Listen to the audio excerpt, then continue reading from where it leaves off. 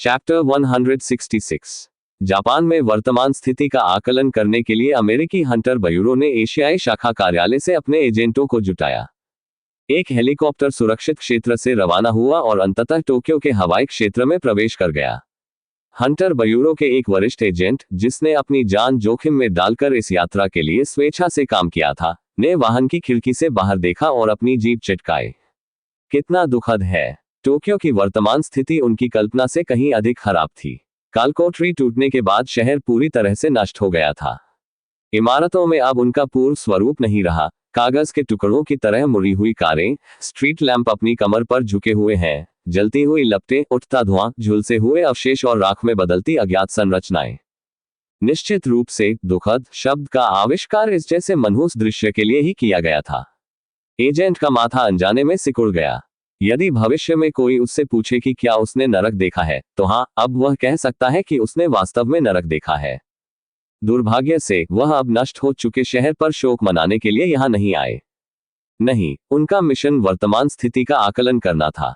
अपने बगल वाले जापानी प्रतिनिधि से पूछने से पहले उन्होंने फिल्म बनाना जारी रखा और नीचे दिए गए नरसंहार को ध्यान से देखा। भले ही शहर इस हद तक नष्ट हो गया हो, मुझे कोई मानव अवशेष नहीं दिख रहा है।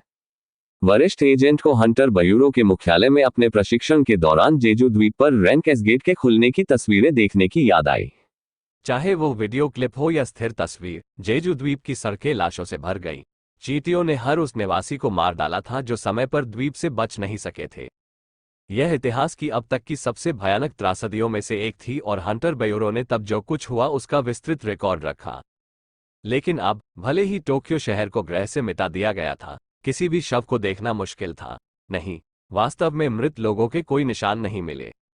जापानी प्रतिनिधि ने बात की, असल में इसकी मदद नहीं की जा सकती। आप देखिए, दिग्गज राक्षस इंसानों को खा रहे हैं। वो जापानी हंटर एसोसिएशन के लिए काम करने वाला एक युवक था। उसकी खून से सनी आंखों और बड़ी हुई दाढ़ी, जिसे वह अभी तक ट्रिम नहीं कर सका था, से यह पता लगाना बिल्कुल भी मुश्किल नहीं था कि हाल ही में उसका जीवन कैसा था। उसके चेहरे पर गहरी झुर्रियां बनी हुई चिंताओं के साथ उसने बोलना जारी रखा। वे दुष्ट लोग ऐसा व्यवहार कर रहे हैं मानो जापान से जापानी लोगों के सभी निशान मिटा देना चाहते हैं। वे सभी इमारतों को नष्ट कर देते हैं, इंसानों को खा जाते हैं और यहां तक कि सड़कों से पेड़ भी उखाड़ देते हैं। हंटर ब्यूरो एजेंट इससे सहमत था। एस गेट रैंक से निकले इन विशालकाय प्रकार के राक्षसों ने अन्य राक्षसों से व्यवहार में एक निश्चित अंतर प्रदर्शित किया, जबकि अन्य राक्षसों ने मनुष्यों को मारने पर ध्यान केंद्रित किया था। राक्षसों का ये समूह सक्रिय रूप से उन सभी चीजों को नष्ट करने की कोशिश कर रहा था जो वे देख सकते थे। इन जीवों के कारण सभ्यता के केवल नष्ट हुए अवशेष ही बचे थे। इससे कोई फर्क नहीं पड़ता कि टोक्यो में कहीं भी कोई इमारत नहीं देख सकता, नहीं, एक भी घर अभी भी बरकरार नहीं खड़ा है। लेकिन इसके लिए धन्यवाद, हम अपने लिए थोड़ा समय खरीदने में सक्षम हुए। जापानी एसोसिएशन के कर्मचारी ने आत्म उपहास से भरी मुस्कान बनाए। क्या उसे आभारी होना चाहिए या उन राक्षसों के लिए दुखी होना चाहिए जो अपने रास्ते में सब कुछ नष्ट करने के लिए आगे बढ़ रहे हैं, जिससे लोगों को उनके नरसंहार से बचने के लिए पर्याप्त समय मिल गया है? ऐसी जटिल भावनाएं कर्मचारी के चेहरे पर स्पष्ट रूप से झलक रही थी। हंटर ब्यूरो एजेंट ने इस जापानी व्यक्ति को देखा और मन ही मन सोचा, ये पहले से ही कुछ ऐसा है जिसे वो इस तरह से बनाए रखने में सक्षम है। आखिर उनके देश की राजधानी एक ही पल में इतनी बुरी हालत में पहुंच गई थी। राक्षसों द्वारा किसी के देश पर तोड़फोड़ करने से होने वाली क्षति की भावना इस अमेरिकी एजेंट के लिए कोई विदेशी अवधारणा नहीं थी। संयुक्त राज्य अमेरिका ने भी लगभग 8 साल पहले अपने पश्चिमी समुद्री तट का एक हिस्सा एस गेट कामिश नामक एक राक्षस से खो दिया था, जो रैंक एस गेट से बाहर आया था। और क्या यही सब था? जापान के ठीक बगल में दक्षिण कोरिया को भी लगभग 4 वर्षों तक देश के सबसे बड़े द्वीप को राक्षसों को सौंपना पड़ा, केवल हाल ही में किसी तरह इसे वापस पाने के लिए। उस छापे की भीषण लड़ाई के फुटेज देखते समय अमेरिकी एजेंट को कुछ पुष्टि करनी पड़ी। उनका दक्षिण कोरिया के साथ कोई संबंध नहीं था, फिर भी जब उसने देखा कि एकमात्र कोरियाई शिकारी उन सभी चींटी राक्षसों को मार गिरा रहा है और यहां तक कि उस उत्परिवर्तित चींटी को भी बहुत अच्छे से मार रहा है, तो वह अपनी सीट से उछल पड़ा और खुशी से रोने लगा। ऐसा सिर्फ इसलिए नहीं था क्योंकि उसने हंटर ब्यूरो की एशियाई शाखा के लिए काम किया था। नहीं, उसने जेजू की उस लड़ाई को कोरिया के एक छोटे राष्ट्र और राक्षसों के बीच लड़ाई के रूप में नहीं, बल्कि मानवता और राक्षसों की लहरों के बीच एक छद्म युद्ध के रूप में देखा। और इधर जापान नामक इस भूमि पर मानवता और राक्षसों के बीच अधिक लड़ाई हो रही थी। उसी का नतीजा यह है, हेलीकॉप्टर के घूमते रोटर एक अविश्वसनीय रैकेट बने रहे, लेकिन जमीन पर स्थिति इतनी गंभीर थी कि एजेंट का ध्यान शोर से हट गया। उसे क्रोध और निराशा महसूस हुई। हालांकि यहां वो कुछ नहीं कर सकता था, वो बस इतना कर सकता था कि उसे जो मिशन दिया गया था उसे पूरा करना था। एजेंट ने कैमरा चलाना जारी रखा और जापानी से वे प्रश्न पूछे जो उसके दिमाग में समय समय पर आते रहते थे। लेकिन फिर उसे कुछ ऐसा पता चला जिससे वो बहुत आश्चर्यचकित हो गया और वो जोर से गिर पड़ा। वो चीज वहां पर है, जब अमेरिकी एजेंट ने यीशु को पुकारना शुरू किया तो उसके चेहरे से ठंडा पसीना निकलने लगा। जापानी एसोसिएशन के कर्मचारी ने उसे वापस खड़ा होने में मदद की। तो आपने इसे देखा? हाँ, यहां अभी भी एक दानव शेष है। नहीं, इसे शेष कहने के बजाय क्या मुझे ये कहना चाहिए कि यह अपनी जगह से हिल नहीं रहा है? कर्मचारी की नजर खिड़की से बाहर चली गई।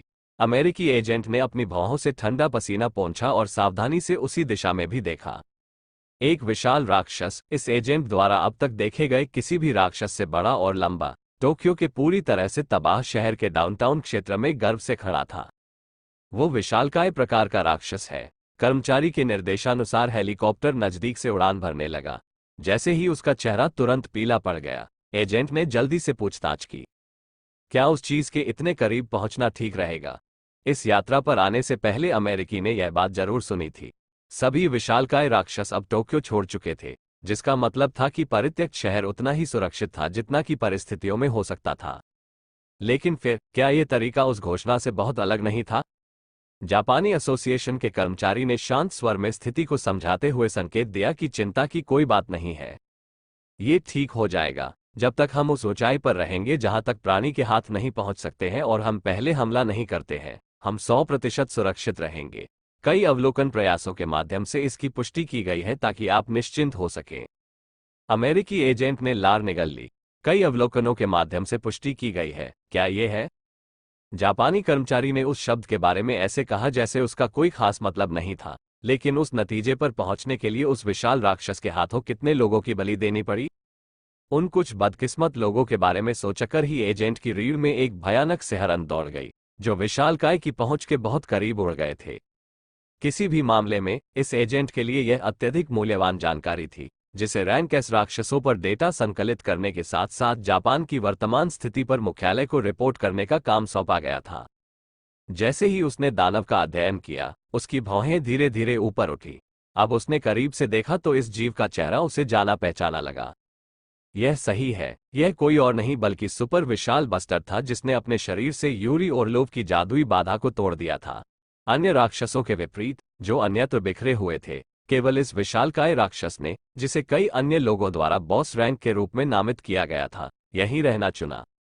जापानी कर्मचारी चेहरे पर कड़वे भाव लाते हुए बोला, क्या तुम्हें भी लगता है कि राक्षस भी उस गेट की रखवाली कर रहा है? यह मैं तीसरी बार उस कमीने को देख रहा हूं, लेकिन हर बार जब मैं ऐसा करता हूं, तो मैं अलग अलग चीजों के बारे में सोचता रहता हूं। अभी आपने क्या सोचा? मेरी नजर में वो चीज है? जापानी कर्मचारी ने बाद में मारपीट करने से पहले अपना समय लिया। वो चीज किसी चीज का इंतजार कर रही है, मुझे तो ऐसा ही दिखता है। अच्छा ऐसा है। एजेंट ने अपनी निगाहें फिर से विशाल की ओर घुमाई। सचमुच, यह निश्चित रूप से एक तरह से वैसा ही दिखता था। उन्होंने सोचा कि इस जापानी कर्मचारी के लिए मौजूदा स्थिति को इस तरह समझना ज्यादा मुश्किल नहीं होगा। जैसे ही ये दोनों लोग बॉस रैंक के विशालकाय राक्षस के बारे में बातचीत कर रहे थे, हेलीकॉप्टर सुरक्षा की पूर्ण सीमा के करीब पहुंच गया था। हालांकि उसके सिर के ऊपर एक हेलीकॉप्टर गड़गड़ा रहा था, लेकिन विशालकाय ने एक उंगली भी नहीं उठाई, मानो उसे मानव निर्मित यंत्र की उपस्थिति का आभास ही न हुआ हो। वो पूरी तरह से विनम्र बना रहा। हालांकि कर्मचारी के स्पष्टीकरण के अनुसार ऐसा भी नहीं था कि यह चीज कभी हमला नहीं करेगी। जो कुछ भी निश्चित सीमा में प्रवेश करेगा उस पर प्राणी निश्चित रूप से हमला करेगा। इसके हमले का निशाना चाहे लोग हों या मशीनें, कोई भी इससे बच नहीं सकता। इसका पता लगाने के लिए कितने अवलोकन प्रयासों की आवश्यकता थी? यूरी ओरलोव के अंतिम क्षण अमेरिकी एजेंट की आंखों में कर्मचारी के चेहरे के साथ ओवरलैप हो गए, क्योंकि जापानी ने शांति से स्थिति को समझाया। बॉस मॉन्स्टर की फुर्तीली हरकतों ने बैरियर को तोड़ दिया और तेजी से यूरी ओरलोव को पकड़ लिया, जिससे घर पर प्रसारण देख रहे सभी दर्शकों को भारी मानसिक झटका लगा। रूसी की मौत को उसी तरीके से बाकी दुनिया को लाइव दिखाया गया था। ब्यूरो द्वारा संकलित रैंक एस हंटर पर रिपोर्ट में यूरी ओरलोव का वर्णन इस प्रकार किया गया है। वो व्यक्ति जो धन और प्रसिद्धि की लालसा रखता हो, वह भले ही जापान से पैसा निकालने में असफल रहा हो, लेकिन इस घटना के जरिए वह निश्चित रूप से पूरी दुनिया में सबसे प्रसिद्ध शिकारियों में से एक बन गया था। निश्चित नहीं कि क्या यही वो परिणाम था जिसे वह देखना पसंद करता, लेकिन ठीक है। यूरी ओरलोव के अंतिम क्षणों को याद करके एजेंट गहराई से डूब गया। इसी बीच जापानी कर्मचारी बोल उठा। ये भी व्यक्तिगत दृष्टिकोण से है, लेकिन अमेरिकी एजेंट को इस आदमी की राय काफी दिलचस्प लगी, यहां तक कि उस विशालकाय राक्षस के बारे में भी जो किसी या किसी चीज की प्रतीक्षा कर रहा था। ठीक है, कृपया मुझे बताओ। एजेंट ने अपना सिर हिलाया और कर्मचारी को आगे बढ़ने के लिए प्रेरित किया। जब मैं उस चीज को देखता हूं तो मुझे वास्तव में यह महसूस नहीं होता है कि वह प्राणी वास्तव में जीवित है, आप समझे? हाँ, यह स्पष्ट रूप से सांस ले रहा है और छोड़ रहा है और चारों ओर घूम सकता है क्योंकि यह जीवित है, लेकिन क्या मुझे ये कहना चाहिए कि यह एक मशीन को देखने जैसा है जो केवल उसी के अनुसार काम करती है जिस तरह इसे प्रोग्राम किया गया था? बहुत अफसोस की बात है कि एजेंट उस आकलन से सहमत नहीं हो सका। जब विशाल राक्षस की भव्य आकृति को करीब से देखा गया तो एक शब्द में वह अभिभूत करने वाली थी।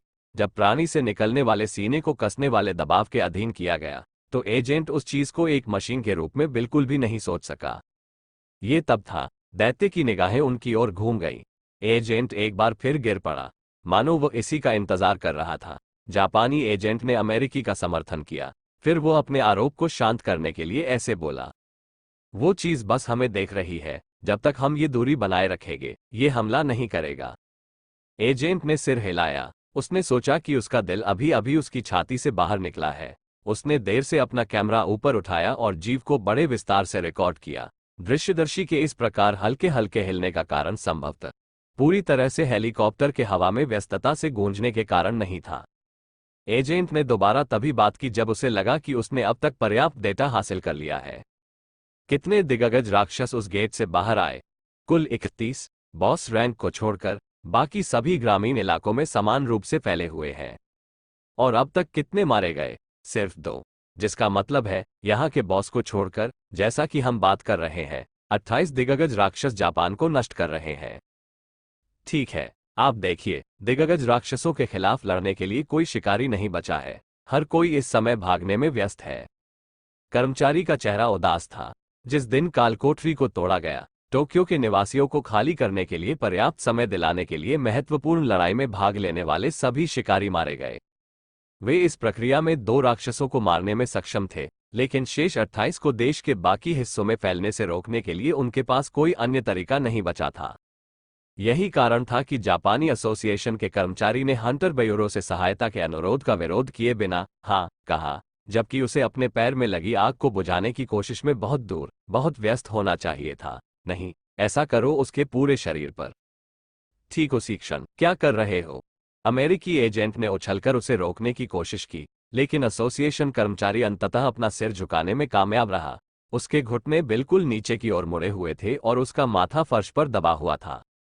गौरव या गरिमा जैसी चीजें अब कोई मायने नहीं रखती। नहीं, यदि भुगतान की एकमात्र कीमत उसका गौरव या उसकी गरिमा होती, तो वह इससे भी अधिक कठोर कुछ करने से नहीं हिचकिचाता। और इसलिए अभी भी झुकने की स्थिति में रहते हुए कर्मचारी बोला, कृपया हमारी सहायता करें, जापानियों। अमेरिकी एजेंट अपने जापानी लोगों को मार्गदर्शन करने में मदद करने वाला था, लेकिन अपने कार्यों के बीच में ही रुक गया। वो कर्मचारी के गंभीर दृढ़ संकल्प पर कुछ भी नहीं कह सका। जापानियों ने धारा प्रवाह अंग्रेजी में बात की और उसकी दलील पर जोर दिया। अगर अमेरिका हमारी मदद नहीं करेगा तो एक राष्ट्र के रूप में जापान खत्म हो जाएगा। क्या जापान इस समय संयुक्त राज्य अमेरिका का विश्वसनीय सहयोगी नहीं रहा है? क्या आप अमेरिका के सहयोगी देश जापान के लिए सिर्फ एक बार जोखिम लेने पर विचार नहीं करेंगे? यह अज्ञात था कि क्या ये कर्मचारी के अपने दिल से आ रहा था या उसे जापानी हंटर एसोसिएशन द्वारा आदेश दिया जा रहा था। हालांकि चाहे ये कहीं से भी आ रहा हो, इस युवक की हताशा को उसकी आवाज में निश्चित रूप से महसूस किया जा सकता था। एजेंट ने अपना निचला होंठ चबाया और कुछ कठिनाई के साथ उत्तर देने से पहले थोड़ा सोचा। मैं मुख्यालय में सहायता के लिए अनुरोध दर्ज कराऊंगा। धन्यवाद, सचमुच आपका बहुत बहुत धन्यवाद। लगातार कई बार सिर झुकाने वाले जापानी कर्मचारी को अमेरिकी एजेंट यह नहीं कह सका कि उसे अपनी उम्मीदें नहीं बढ़ानी चाहिए। क्या अमेरिकी कामिश घटना में अपने कई उच्च रैंकिंग शिकारियों को खोने के बाद और इस तरह अपने शेष शिकारियों की भलाई का प्रबंधन करने के जुनूनी तरीके से सिर्फ जापानियों की खातिर कोई कदम उठाएंगे? मुझे पूरा यकीन है कि वे ऐसा नहीं करेंगे। हालांकि एजेंट अपने राष्ट्र की खातिर अपना सिर झुकाने वाले इस युवक को कैसे बता सकता था कि उसका प्रिय देश पहले ही खत्म हो चुका था? आप बस इतना कर सकते हैं कि इसे स्वर्ग की इच्छा पर छोड़ दें। एजेंट ने ऊपर आसमान की ओर देखा। दुर्भाग्य से स्वर्ग नीचे की दुनिया को उदासीनता से देखता रहा, ठीक वैसे ही जैसे यह पहले था, जैसे यह अभी कैसे कर रहा था, और यह भविष्य में भी ऐसा ही करता रहेगा। एजेंट अपने आप में बड़बड़ाने से पहले चकित होकर आकाश की ओर देखता रहा। हे भगवान, कृपया हमें मत छोड़ो। जिन वू सुबह जल्दी उठा और हल्की जॉगिंग करते हुए गिल्ड कार्यालय गया। हाँ, जैसा कि मुझे संदेह था, खुशी से भरी उसकी आंखें उसकी दृष्टि के मृत केंद्र से थोड़ा ऊपर की ओर दिख रही थी, और वह वहां डेली क्वेस्ट की वर्तमान स्थिति देख सकता था, ठीक वैसे ही जैसे यह अब तक थी। दूरी दौड़ 10 किलोमीटर। आपने दौड़ 10 किलोमीटर पूरी कर ली है। भले ही उसे स्वघोषित वास्तुकार से छुटकारा मिल गया, लेकिन पहले से कुछ भी नहीं बदला। सिस्टम अब तक की तरह काम करता रहा, और पहले की तरह सुबह आंख खुलते ही डेली क्वेस्ट आ गया। उसकी शारीरिक स्थिति भी चरम पर थी। जब से इस ब्लैक हॉट ने उसके शरीर में जड़ें जमाई, उसके भीतर जीवन शक्ति उमड़ रही थी। उसने जानबूझकर अपनी गति रोक रखी थी, फिर भी उसका प्रत्येक कदम हल्का और हवादार लग रहा था। हालांकि इस तरह मारे जाने वाले घटिया आदमी के लिए धन्यवाद, अब उसके पास ढेर सारे अनुत्तरित प्रश्न रह गए थे। वो रिकॉर्डेड फुटेज जो मैंने देखा, वह क्या था? उसने सोचा कि इसे देखना इस ब्लैक हॉट को अनलॉक करने की शर्तों में से एक था, लेकिन बाकी सब कुछ एक रहस्य बना रहा। जैसे जैसे उसके विचार गहरे होते जा रहे थे। मिस्टर यूजिनहो, क्या मेरे द्वारा आपसे कुछ प्रश्न पूछा जा सकता है? दूर से आ रही आवाजों पर जिनवू ने अपना सिर उठाया, और तभी उसने गिल्ड बिल्डिंग के बाहर पत्रकारों के एक बड़े घेरे को डेरा डाले हुए देखा। यू जिनहो इस समय उनसे घिरा हुआ था, खुद को छुड़ाने के लिए कुछ भी करने में असमर्थ था। ऐसा लग रहा था कि वह सुबह की यात्रा के दौरान पत्रकारों के जाल में फंस गया था। पत्रकारों ने सवालों की झड़ी लगा दी। मिस्टर यू जिनहो, क्या आप कल हुई हंटर्स गिल्ड की त्रासदी से अवगत थे? कृपया हमें आह जिन गिल्ड के उपाध्यक्ष के रूप में एक बयान प्रदान करें। हंटर सियोंग जिनवू का उस घटना से क्या संबंध है? जापान इस समय संकट से गुजर रहा है, लेकिन क्या मिस्टर सियोंग जिनवू ने जापानियों की सहायता के बारे में अपने विचार व्यक्त किए? जिनवू ने सिर हिलाया। ये पत्रकार उसका व्यक्तिगत रूप से साक्षात्कार नहीं कर सकते थे, इसलिए उन्होंने यू जिनहो से चिपके रहने का सहारा लिया, जो उनके लिए एक आसान निशान के रूप में सामने आया होगा। जिनवू एक कदम आगे बढ़ाने ही वाला था, ये सोचकर कि उसे बच्चे की मदद करनी चाहिए, लेकिन तभी उसे कुछ पता चला और उसने आगे बढ़ना पूरी तरह से बंद कर दिया। किसी कारण से यू जिनहो की अभिव्यक्ति अभी इतनी बुरी नहीं लग रही थी। वो बाहर से कुछ परेशान लग रहा था, लेकिन जिनवू की असाधारण नजरों ने निश्चित रूप से बच्चे को बार बार अपनी मुस्कान को जबरन दबाने की कोशिश करते हुए पकड़ लिया। ये जिनहो, मुझे नहीं पता था कि वो इस तरह की चीजों का आनंद लेता है। जिनवू हक्का बक्का रह गया, लेकिन फिर भी उसने हल्की सी मुस्कुराहट छोड़ी। ऐसा लग रहा था कि यहां उसकी मदद की सख्त जरूरत नहीं थी। तो फिर मुझे इसके बजाय क्या करना चाहिए? क्या उसे यू जिनहो को चुपचाप कार्यालय में खींच लेना चाहिए, या जिस रास्ते से वह आया था उसी रास्ते से वापस चला जाना चाहिए ताकि बच्चा थोड़ा और आनंद ले सके? जैसे ही जिनवू ने गंभीरता से अपने विकल्पों पर विचार किया, एक कार जिनवू के ठीक पीछे आकर रुकी, और उसकी खिड़की चुपचाप बगल में लुढ़क गई। क्या आप सेओंग जिनवू हैं? जिनवू ने उस अपरिचित आवाज को सुना और इसके बारे में ज्यादा सोचे बिना यह देखने के लिए पीछे मुड़ गया कि यह कौन है। तथापि ये पुष्टि करने के बाद कि यह कौन है, उसकी भौहें थोड़ी ऊपर उठ गईं। चैप्टर 167। ये वास्तव में आप ही हैं। कार में बैठे व्यक्ति ने पुष्टि की कि जो व्यक्ति उसकी ओर मुड़ रहा था वह जिनवू था, और तुरंत वाहन से बाहर निकल गया। जैसा कि बाद में पता चला, वह वास्तव में जिनवू के लिए भी काफी परिचित चेहरा था। अरे, उसे इस आदमी का नाम याद करने के लिए अपनी यादों को खंगालने की भी जरूरत नहीं पड़ी, क्योंकि यह आदमी दक्षिण कोरिया के वित्तीय समाचार क्षेत्रों में लगभग बिना रुके दिखाई देता था। कहने की जरूरत नहीं है, वो शब्द के दूसरे अर्थ में भी जिनवू से परिचित था। मैं यूजीन कंस्ट्रक्शन से यू मायोंग हान हूं। ये खुशी की बात है, सेओंग जिनवू। यू म्युंग हान की पीठ सीधी रही और उन्होंने अपना सिर हल्का सा नीचे कर लिया। यह अभिवादन न तो अपमानजनक था और न ही इसमें आत्मविश्वास की कमी थी। मानो उन्होंने सीख लिया हो कि किसी का सही ढंग से स्वागत कैसे किया जाता है। उनकी कार्रवाई सुव्यवस्थित और अनुशासित थी। जिन वू अंदर से आश्चर्यचकित रह गया। ऐसा इसलिए था क्योंकि उसे उम्मीद नहीं थी कि इतने बड़े निगम का चेयरमैन उसके जैसे किसी अजनबी का इतने गरिमापूर्ण तरीके से स्वागत करेगा। चूंकि दूसरा पक्ष इतना गरिमापूर्ण और सम्मानजनक था, जिन वू ने भी सम्मानजनक अभिवादन किया। मैं सियोंग जिन वू हूं, ये भी एक खुशी की बात है। उनका संक्षिप्त परिचय समाप्त होने के बाद यू म्युंग हान सीधे विषय पर आ गए। बिना पूर्व सूचना के आपसे मिलने आने के लिए मैं क्षमा चाहता हूं, लेकिन यदि आपको कोई परेशानी है तो क्या हम अकेले में बात कर सकते हैं? तभी जिन वू के दिमाग में एक छोटा सा संदेह कौंध गया। अगर वो मुझसे मिलना चाहते हैं, चेयरमैन के लिए यहां व्यक्तिगत रूप से उपस्थित होने के बजाय अपने बेटे के माध्यम से जिन वू से संपर्क करना अधिक सुविधाजनक होता। फिर भी यू म्युंग हान ने अपने बहुमूल्य समय की कीमत पर यहां आने का विकल्प क्यों चुना? जिन वू ने अपने मन में उठ रहे ऐसे संदेह को वापस निगल लिया और कुछ और पूछा। मैं किस चीज में आपकी मदद कर सकता हूं? यू मायुंग हान ने क्षमाप्रार्थी चेहरे के साथ उत्तर दिया, जिसका अर्थ था कि उनके पास इस तरह से ऐसा करने के अलावा कोई विकल्प नहीं था। यह एक ऐसे विषय के बारे में है जिस पर यहां चर्चा करना कठिन है। अब जब जिन वू ने चारों ओर नजर डाली तो वह देख सकता था कि हालांकि किसी ने भी उसे हुड खींचे हुए आरामदायक ट्रैकसूट के वर्तमान गेटअप में नहीं पहचाना, कई उत्सुक निगाहें तेजी से चेयरमैन यू म्युंग हान पर जा रही थी। सड़कों पर बहुत कम राहगीर थे, इसलिए वास्तव में इस तरह की जगह पर किसी महत्वपूर्ण बात पर चर्चा करना संभव नहीं था। जिन वू ने उस बात को अच्छी तरह से समझा। एकमात्र समस्या यह थी, मेरे पास चेयरमैन यू म्युंग हान के साथ चर्चा करने के लिए कोई महत्वपूर्ण काम नहीं है। वह यहां कोई बेतुका अनुमान भी नहीं लगा सका। यदि वह वास्तव में इसके बारे में सोचता, तो शायद चेयरमैन के दूसरे बेटे और आह जिन गिल्ड के उप मास्टर यू जिन हो के साथ कुछ करना होता। जबकि जिन वू के उत्तर में देरी हो गई। अब अधिक से अधिक लोग यू मायुंग हान की ओर देखने लगे। कुछ लोगों ने तो स्नैपशॉट लेने के लिए अपने स्मार्टफोन भी निकाल लिए। चेयरमैन को पहले की तुलना में कुछ अधिक जरूरी महसूस होने लगा, क्योंकि अधिक से अधिक निगाहें उनकी ओर निर्देशित होने लगी थी। अगर मैं यह अवसर चूक गया तो उसके साथ बातचीत करना कठिन हो जाएगा। उनके पास एक बहुत अच्छा कारण था कि उन्हें जिन वू से बात करने की जरूरत क्यों थी, इसलिए उन्होंने हिम्मत जुटाई और यह मदद मांगी। अगर ज्यादा परेशानी न हो तो क्या आप थोड़ी देर के लिए मेरे साथ चलना चाहेंगे? मैं वादा करता हूं कि मैं कभी भी किसी अपमानजनक विषय पर बात नहीं करूंगा। जिन वू ने पहले अपने पीछे देखा। उसने यू जिनहो के खुश नहीं, परेशान चेहरे को देखा क्योंकि बच्चा पत्रकारों की अत्यधिक रुचि से घिरा हुआ था। जिन वू ने जल्दी से एक बार फिर अपनी हंसी वापस निगल ली। लगता है कि जिनहो पूरे दिन व्यस्त रहेगा। चूंकि वह हाल ही में अन्य प्रमुख गिल्डों के विचार के कारण उच्च रैंकिंग गेट्स पर एकाधिकार कर रहा था। उसने सोचा कि अब कुछ समय के लिए छापे मारने से ब्रेक लेने का एक अच्छा समय हो सकता है। जिन वू ने सिर हिलाया।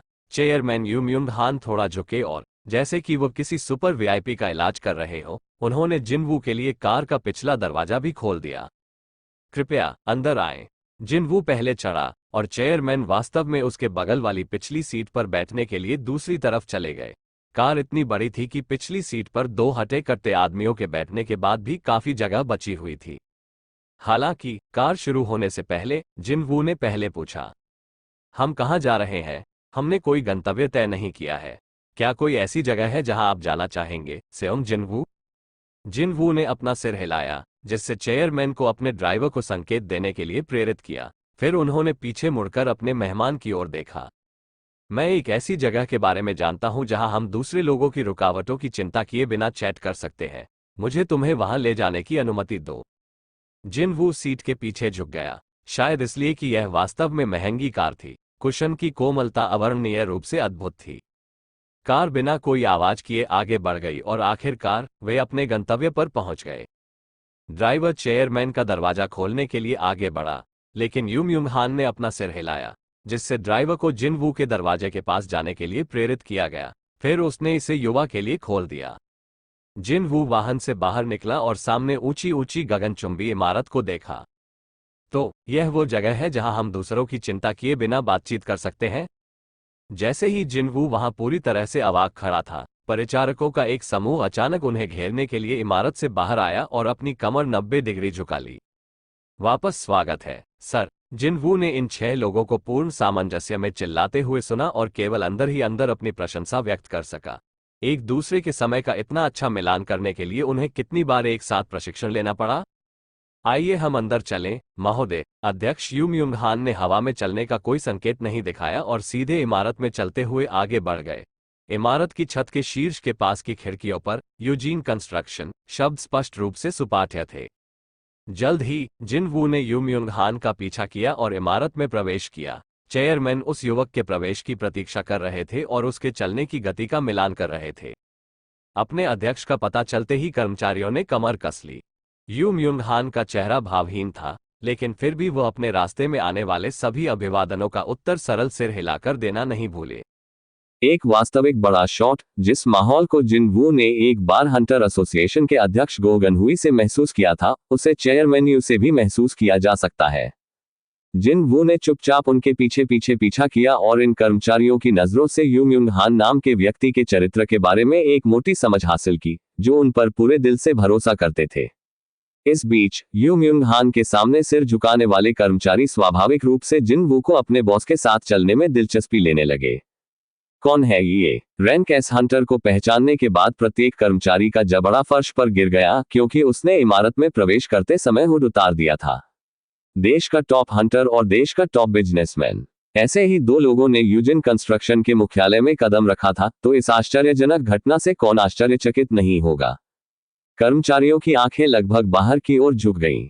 महिला कर्मचारियों के दिल अस्थिर रूप से धड़कने लगे, जबकि पुरुष कर्मचारियों ने जिनवू की दिशा में अपना सिर हिलाया। उन्हें नहीं पता था कि हंटर सेउंग जिनवू उनके चेयरमैन के बगल में क्यों खड़ा था। हालांकि जब 2 व्यक्ति जो अपने अपने क्षेत्र में सर्वश्रेष्ठ माने जा सकते थे, एक दूसरे के बगल में खड़े थे, तो उनकी उम्र का काफी अंतर अब कोई मायने नहीं रखता था, और यह चमकदार कल्पना अब दर्शकों की दृष्टि में एकदम सही और संपूर्ण लग रही थी। यदि आप पुरुष होते, तो आप भी इस अद्भुत दृश्य का हिस्सा बनने के लिए उत्सुक होते। और इसलिए जैसे ही ऐसी प्रशंसा भरी निगाहें उन पर पड़ी, दोनों व्यक्ति केवल अधिकारियों के लिए खुली लिफ्ट में चढ़ गए, जो खुले दरवाजे के साथ उनका इंतजार कर रहे थे। परिचारकों का सहयोग यहीं तक रहा। जैसे ही दरवाजे चुपचाप बंद हो गए, केवल जिनवू और चेयरमैन यू लिफ्ट के भीतर रह गए। चूंकि चेयरमैन यू ने अपना मुंह बंद रखा, जिनवू ने भी ऐसा ही किया और कुछ नहीं कहा। लिफ्ट नहीं रुकी और सीधे सबसे ऊपरी मंजिल चेयरमैन के कार्यालय तक पहुंच गई। सचिव किम चेयरमैन यू के दाहिने हाथ कार्यालय के सामने उनके आगमन की प्रतीक्षा कर रहा था। उसने जिनवू को अभिवादन के तौर पर अपना सिर झट से हिलाया और अपने बॉस की तरफ अपनी कमर नीचे कर ली।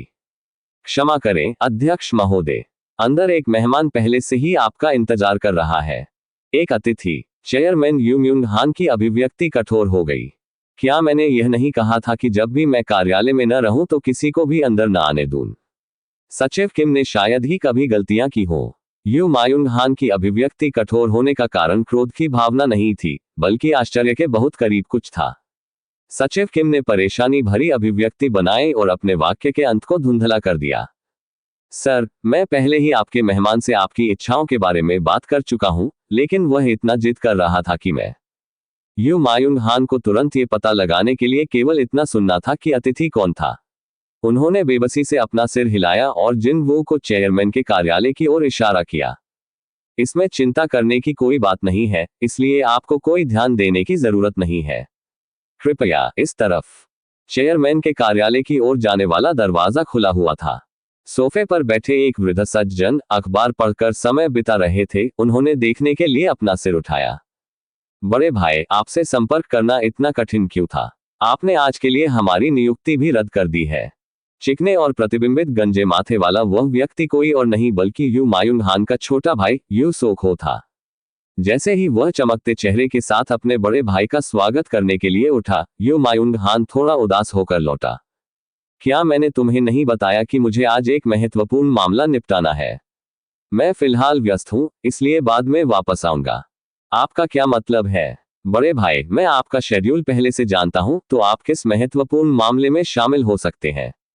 जिनवू की नजर मिलते ही यू सोक हो के शब्द रुक गए। क्या इस युवक का चेहरा किसी तरह से परिचित नहीं लग रहा था?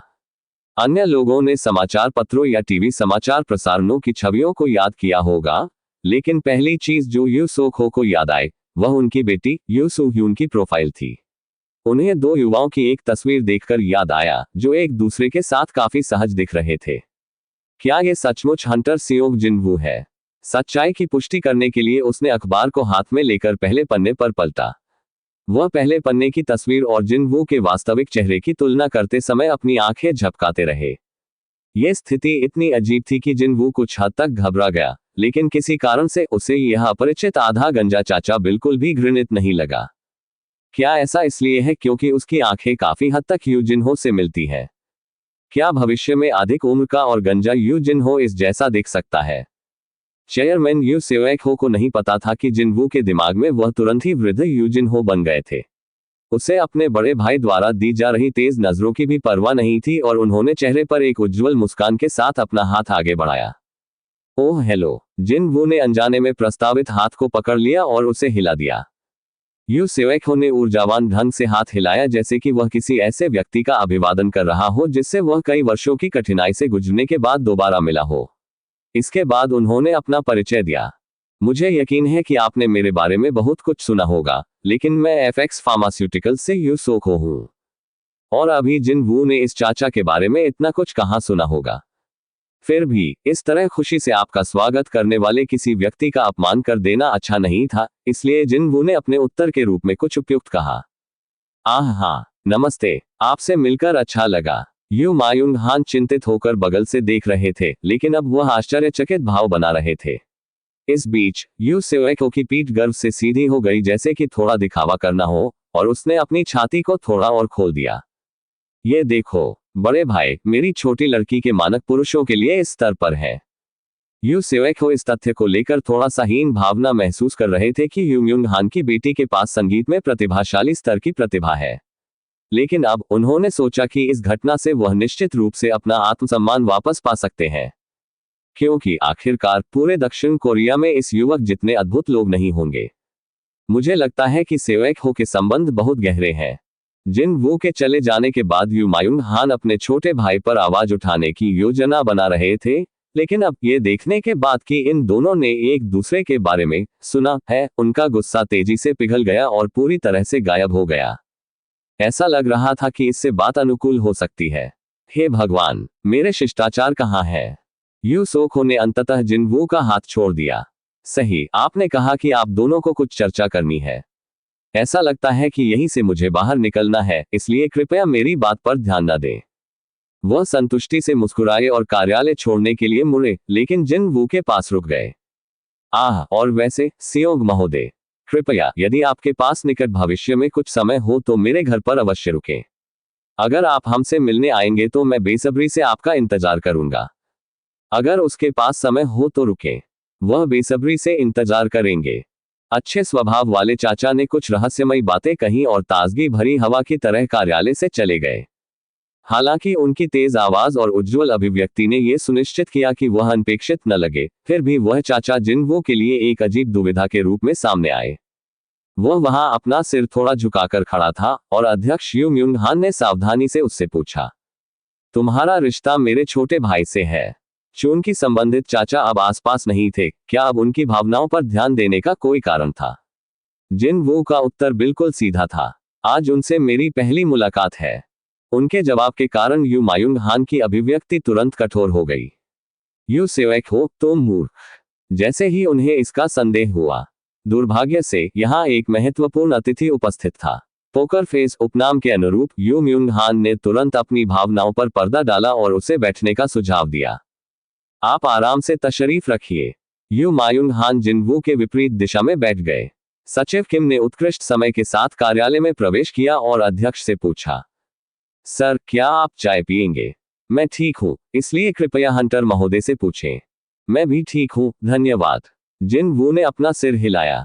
यू मायुंग हान ने गंभीर स्वर में किम को संबोधित किया, मैं यहाँ हंटर महोदय के साथ अकेले में बात करना चाहता हूं, तो क्या आप हमें कुछ देर के लिए अकेला छोड़ सकते हैं? समझ गया सर। सचिव किम कार्यालय से बाहर निकला और उनकी रक्षा के लिए दरवाजे के सामने खड़ा हो गया। ऐसा करने का आदेश उसे पहले भी मिला था। यहां से आगे कोई भी कार्यालय में प्रवेश नहीं कर सकता था, चाहे वह देश का राष्ट्रपति ही क्यों न दौरे पर आ रहा हो।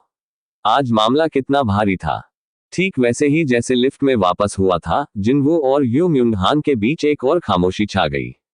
हालांकि इस बार सन्नाटे के वजन में कुछ अंतर था।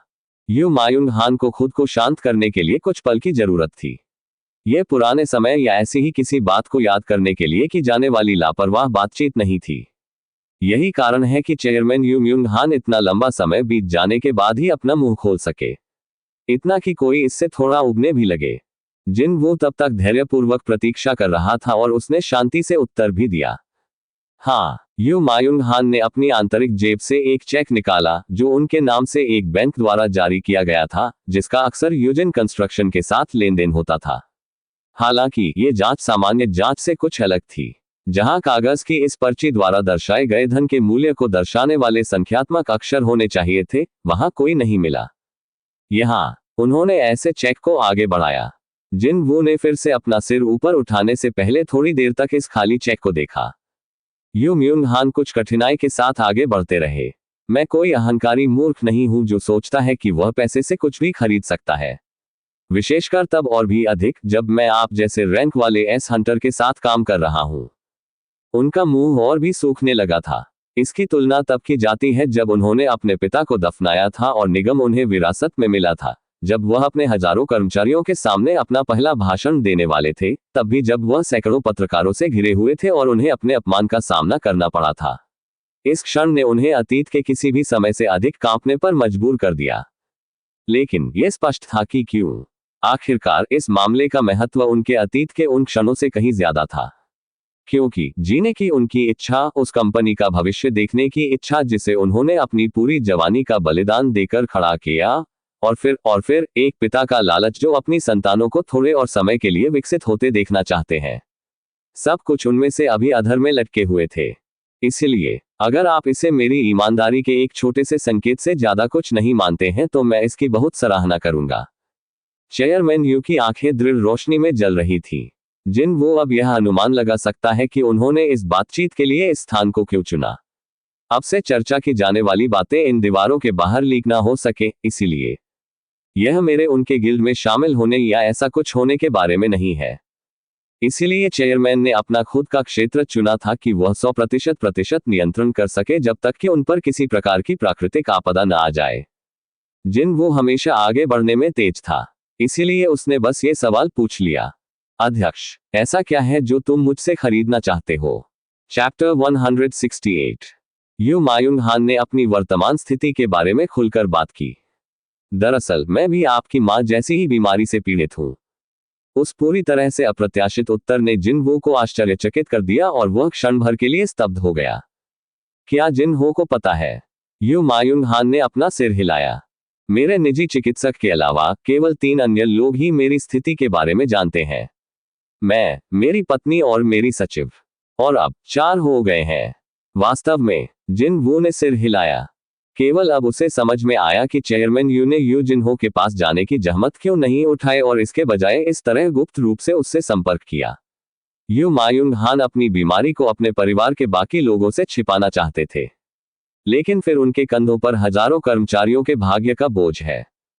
यदि उन दिनों की अफवाह फैल गई कि चेयरमैन यू स्वतंत्र रूप से घूम सकते हैं और उन्हें नंबर दिया जा रहा है, तो ये देखने के लिए किसी प्रतिभा की आवश्यकता नहीं है कि निकट भविष्य में यूजिन कंस्ट्रक्शन के साथ साथ उनकी सहायक कंपनियों का क्या हो सकता है। अपनी बीमारी की स्थिति को अपने परिवार से भी छुपाने और जानकारी पर कड़ी निगरानी रखने का कारण, चेयरमैन यू ने अपनी वास्तविकता को स्वीकार करने के लिए अपने कंधों पर बहुत अधिक भार ले लिया। फिर भी उन्होंने ये रहस्य मेरे सामने प्रकट किया। ऐसा शायद इसलिए था क्योंकि उन्हें पता चल गया था कि इस बार उन्हें जोखिम उठाने की जरूरत है। यू मायूंग हान एक व्यापारी थे। इतना ही नहीं, वह ऐसे व्यक्ति थे जिनकी शब्दावली में असफलता शब्द शामिल नहीं था। सीधे शब्दों में कहें तो वह अब तक की अपनी सभी लड़ाइयों में अपराजित सेनापति थे। ऐसा व्यक्ति महत्वपूर्ण जोखिम उठाते हुए किसी भी चीज में नहीं कूदेगा यदि इससे उसे कोई लाभ न हो।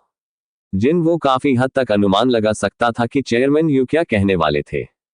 निश्चित रूप से, वृद्ध व्यक्ति दृढ़ भाव से बोला, मैं कुछ समय से इस बीमारी से छुटकारा पाने के लिए एक इलाज, एक विधि की तलाश में दुनिया भर में घूम रहा हूं।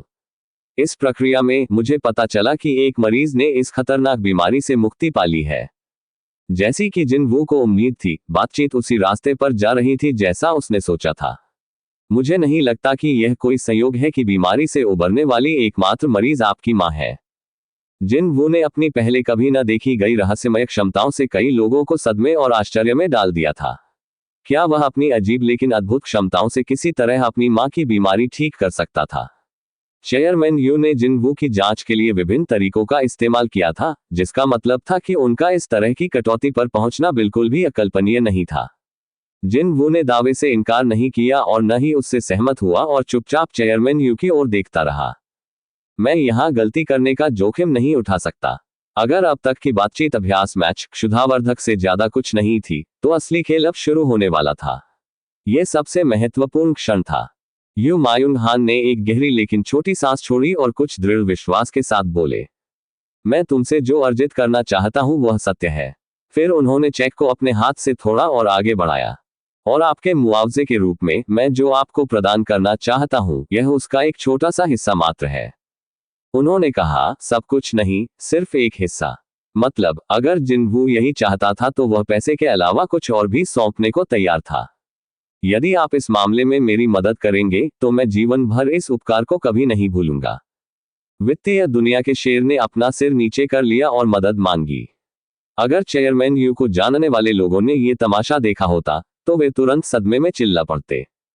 हालांकि शायद आश्चर्यजनक रूप से जिन वो इस दलील के अंत में होने के बावजूद शांत रहा।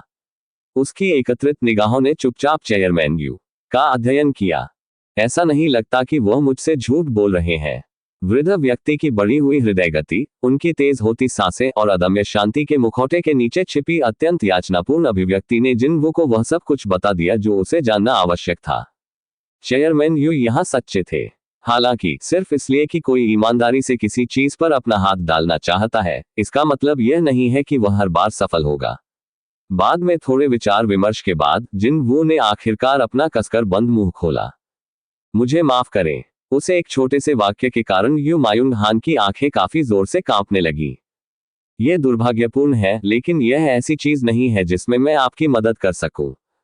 मैं उस मामले में, चूंकि इस बातचीत पर सवार होकर उनकी उम्मीदें बहुत अधिक थीं, चेयरमैन यू यहां अपनी हार को आसानी से स्वीकार नहीं कर सके। तुम्हारी मां कैसे ठीक हो गई, सियोग हंटर महोदय?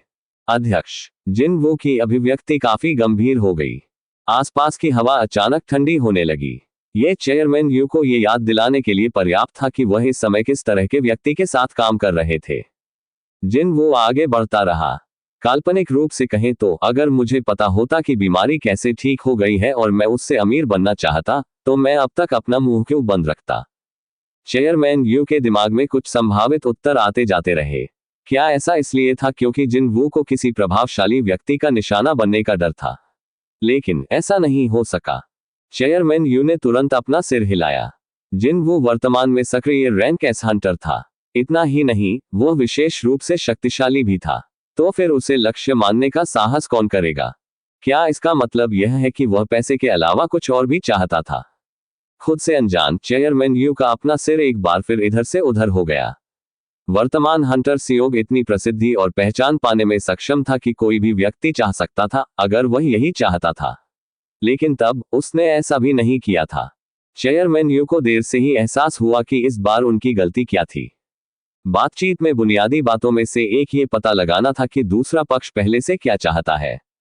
आप कुछ ऐसा लाएंगे जो दूसरा पक्ष चाहता था और बदले में आपको वह मिल गया जो आप उससे चाहते थे। इस तरह बातचीत चली। हालांकि चेयरमैन यू को नहीं पता था कि जिन वू क्या चाहता है। एक भी चीज नहीं। यह तो स्पष्ट ही था कि इस तरह वार्ता विफल हो जाएगी। तो ये दो संभावनाओं में से एक होना चाहिए। या तो जिन वू को वास्तव में नहीं पता था कि उसकी मां किस चीज से ठीक हुई, या यू मायुंग हान के पास वह नहीं था जो वह चाहता था। जो भी मामला रहा हो, चेयरमैन यू के लिए यह अभी भी एक निराशाजनक परिणाम था। अच्छा ऐसा है। चेयरमैन यू अब जिन वू से चिपके नहीं रहे। ठीक है, उस मामले में वृद्ध व्यक्ति ने देखा कि जिन वू जाने के लिए उठ रहा था, इसलिए वह भी जल्दी से उठे और सचिव किम को बुलाया। दरवाजे की रखवाली करने वाला बाद वाला तेजी से कार्यालय में दाखिल हुआ। जैसे ही उसने अपना पहला कदम अंदर रखा, उसने तुरंत जिन वू और चेयरमैन यू के बीच चल रहे जमे हुए माहौल को पढ़ लिया। यह मुलाकात उसके बॉस के लिए उम्मीद की आखिरी किरण थी, इसलिए किम का रंग भी जल्दी ही काला पड़ गया। सर, क्या आपने मुझे बुलाया है? चेयरमैन यू ने शक्तिहीन होकर अपना सिर हिलाया। हंटर महोदय वापस लौटना चाहते हैं। कृपया उन्हें उनके आवास पर वापस ले जाएं। नहीं, मैं चला जाऊंगा। धन्यवाद। जिन वू ने चतुराई से प्रस्ताव को अस्वीकार कर दिया और यू म्यून हान और सचिव किम दोनों को अलविदा कहने के बाद वह अकेले ही लिफ्ट पर चढ़ गया। लिफ्ट भयावह गति से पेंटहाउस के फर्श से नीचे लॉबी तक चली गई। किसी और के साथ सवारी करते समय उसने इस पर ध्यान नहीं दिया था, लेकिन अब जब वह अकेला था तो वह निश्चित रूप से बता सकता था। यह लिफ्ट केवल एक व्यक्ति के लिए सवारी करने के लिए बहुत बड़ी और चौड़ी थी। जिन वू ने लंबी आह भरी। अनुरोध अस्वीकार करने के बाद उसे अच्छा महसूस नहीं हुआ। क्या वह आदमी उस व्यक्ति का पिता नहीं था जिसे वह अपने छोटे भाई की तरह मानता था? वह अपनी भावनाओं से पराजित होने का नाटक करते हुए मदद का हाथ बढ़ा सकता था। तथापि मैं उसे नहीं जानता। वह नहीं जानता था कि चेयरमैन यू म्यून हान किस तरह के आदमी थे। वह नहीं जानता था कि क्या वह सचमुच इस बीमारी से पीड़ित है या वह कुछ और योजना बना रहे हैं। उसकी मां को ठीक करने के लिए इस्तेमाल किए गए दिव्य जीवन जल में अलौकिक उपचार गुण हो सकते हैं, लेकिन इसकी आपूर्ति भी सीमित थी। और यही कारण है कि उसे इनके उपयोग के प्रति अधिक सतर्क रहना पड़ा। चेयरमैन यू द्वारा रखी गई शर्तें वास्तव में अविश्वसनीय रूप से आकर्षक थीं, लेकिन अंत में वे जिन वू के मन को बदलने में विफल रहीं। यह अंतिम परिणाम था। कुछ ही देर में लिफ्ट ग्राउंड फ्लोर पर आ गई और उसने अपने दरवाजे खोल दिए। जिन वू ने अपना हुड ऊपर खींचा और लिफ्ट से बाहर निकल गया। जब उसके साथ चेयरमैन यू थे, उसके विपरीत अब कोई भी उसे पहचानता नहीं दिख रहा था। यहां तक कि जो लोग उस पर सरसरी निगाहें डाल रहे थे, वे भी बस यही कह रहे थे कि वह कौन हो सकता है जो केवल अधिकारियों के लिए बनी लिफ्ट का उपयोग कर रहा है। जिन वू ने उन पर कोई ध्यान नहीं दिया और बाहर निकल गया। लोगों का मार्गदर्शन करने का काम करने वाले प्रतीक्षारत कर्मचारियों में से एक ने जिन वू के दृष्टिकोण को देखा और उसके जाने के लिए दरवाजा खोल दिया। जिन वू आगे बढ़ता रहा और लॉबी को पार कर गया, लेकिन तभी कहीं से आती आवाज सुनकर उनके कदम रुक गए। ये जापान से आने वाला नवीनतम अपडेट है। जिन वू का सिर उस आवाज की दिशा में चला गया। लॉबी में एक विशाल टीवी जो पहले बंद कर दिया गया था, अब जापान की स्थिति की वास्तविक समय की फुटेज दिखा रहा था। ये कालकोठरी टूटने और चिंताजनक दर से फैल रही भारी आपदा के संबंध में ब्रेकिंग न्यूज थी। जिन वू टीवी के सामने चला गया। टीवी स्टेशन के हेलीकॉप्टर से लिया गया बर्बाद शहर का दृश्य सचमुच दिल दहला देने वाला था। विशालकाय राक्षस इमारतों को ध्वस्त कर रहे थे। जो अभागे नागरिक समय पर निकलने में असफल रहे, उन्हें पकड़ लिया गया और तुरंत इन दिग्गज राक्षसों के मुंह में डाल दिया गया। जो थोड़ी सी सशस्त्र सेना बची थी, उसने अपनी सारी मारक क्षमता खर्च कर दी, लेकिन वह बेकार प्रयास साबित हुआ। आखिरकार शिकारियों की शक्तियों के बिना राक्षसों को मारना अभी भी असंभव था। हालांकि मरने वालों की संख्या की सटीक गणना करना असंभव था, लेकिन मोटे तौर पर अनुमान लगाया गया था कि यह संख्या 10 लाख से अधिक होगी। एक शब्द में कहें तो यह एक अकथनीय त्रासदी थी। जिन वू की अभिव्यक्ति कठोर हो गई। मौजूदा स्थिति को अपनी आंखों से देखने का यह उसका पहला मौका होगा। लेकिन फिर यह समझ में आया। कल ही दोहरी कालकोठरी से बाहर आने के बाद उसने वू जिन चेओल को परिणाम का ध्यान रखने के लिए कहा और गहरी नींद में सो जाने के लिए घर वापस चला गया। उसने सबसे खराब स्थिति की आधी अधूरी उम्मीद की थी, लेकिन जापान में स्थिति उसकी शुरुआती उम्मीदों से कहीं अधिक गंभीर थी। इस पूरी घटना ने उसे 4 साल पहले जेजू द्वीप पर हुए दुष्स्वप्न की याद दिला दी। शायद कोई ये दावा कर सकता है कि ये दुर्भाग्य की आंधी के बीच एक आशा की किरण थी। फिर कालकोठरी तोड़ने की घटना एक द्वीप पर हुई और परिदृश्य की विशिष्टता का मतलब था कि कोरिया स्थिति को संभवतः पहले से भी बदतर होने से बचा लिया। हालांकि जापान के लिए यह एक अलग कहानी थी। यह इतना बड़ा था कि इसे केवल एक द्वीप कहा जा सकता था। इस डर से पूरा देश संपूर्ण विनाश का सामना कर रहा था।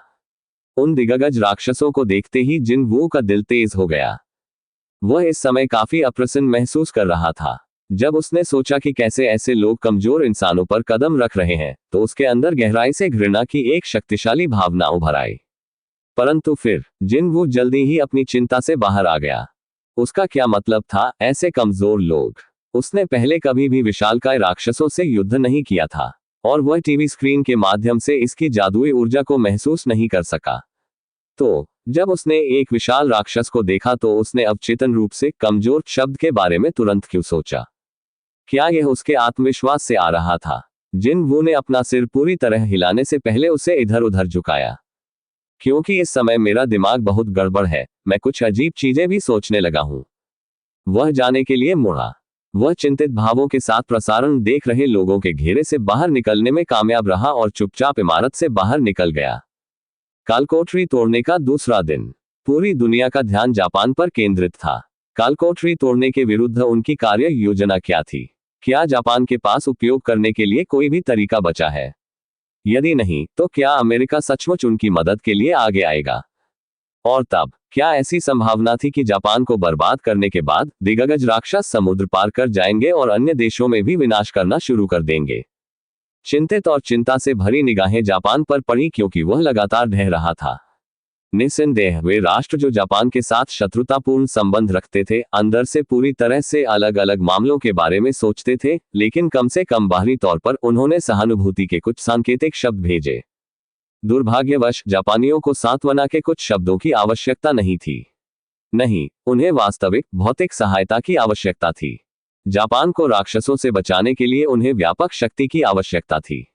दरअसल उन्हें उस शक्ति की जरूरत थी जो उन्हें बचा सके। चूंकि अमेरिकियों की घोषणा कहीं नहीं सुनी गई, जापान के 10वें हिस्से के पहले ही नष्ट हो जाने की गंभीर खबर सार्वजनिक हो गई।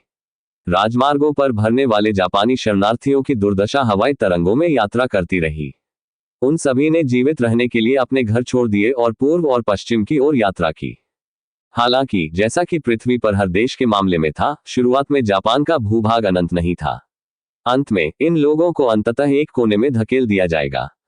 उनके लिए भविष्यवाणी का अंत निकट आ रहा था। और जब दुनिया ने इस दयनीय दृश्य को सामने आते देखा तो उसने और अधिक प्रश्न पूछना शुरू कर दिया। दक्षिण कोरिया क्या कर रहा है? दक्षिण कोरिया जापान की मदद क्यों नहीं कर रहा? क्या वे नहीं जानते कि किसी का कर्ज क्या होता है? दुनिया को जेजू द्वीप पर हुई छापेमारी की याद आ गई जो कुछ हफ्ते पहले ही हुई थी। कोरियाई लोगों की खातिर जापान ने अपने आधे से अधिक भाग लेने वाले रैनकेस हंटर्स को खो दिया था। तो दुनिया पूछ रही थी कि कोरियाई लोग केवल अपने पड़ोसी देश में उभर रहे संकट को क्यों देख रहे थे और मदद के लिए कुछ नहीं कर रहे थे। विनाश के पैमाने और मरने वालों की संख्या को हर घंटे संशोधित किया जाता रहा। लोग क्रोधित हो गए और नुकसान से दुखी हो गए। जैसे जैसे जापानियों के प्रति सहानुभूति की भावनाएं बड़ी होती गईं, कोरिया के प्रति आलोचनाएं और अधिक कठोर होती गईं। पहले से ही एक कदम उठाओ, दक्षिण कोरिया। क्या वे वफादारी की अवधारणा को नहीं जानते हैं? क्या कोरियाई लोग जेजू द्वीप के बारे में भूल गए हैं?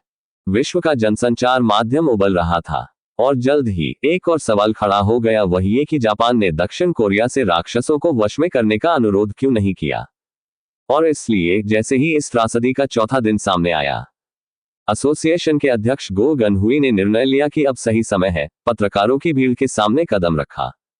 गो गनहुई ने पत्रकारों से खचाखच भरी दीवार के साथ साथ अपनी ओर इशारा कर रहे कैमरों पर अपनी नजर डाली और चुपचाप बोलने के लिए अपना मुंह खोला।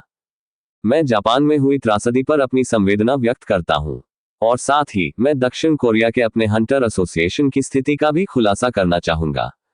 और भी दिन में कुछ देर पहले अमेरिकी हंटर ब्यूरो ने भी एक बयान जारी किया। चैप्टर 169 अमेरिकन हंटर ब्यूरो द्वारा आयोजित प्रेस कॉन्फ्रेंस के आयोजन स्थल में संयुक्त राज्य अमेरिका ने अपना बयान देने के लिए अपना मुंह खोला था। हम वर्तमान में शिकारियों को एक स्थान पर एकत्र कर रहे हैं। क्या जापान को बचाने के लिए आखिरकार अमेरिका ने अपना हाथ उजागर कर दिया? हंटर ब्यूरो द्वारा अपनी स्थिति स्पष्ट करने की घोषणा के बाद सभी रिपोर्टर इस प्रेस कॉन्फ्रेंस में भाग लेने के लिए दौड़ पड़े थे। वे सभी इस घोषणा से खुशी से चिल्लाने लगे जैसे कि यह मामला उनसे व्यक्तिगत रूप से संबंधित हो। कोई भी जीवित व्यक्ति यह नहीं चाहेगा कि करोड़ों लोग भीषण मौत मरे। इसीलिए ये पत्रकार इस घोषणा को लेकर इतने उत्साहित थे।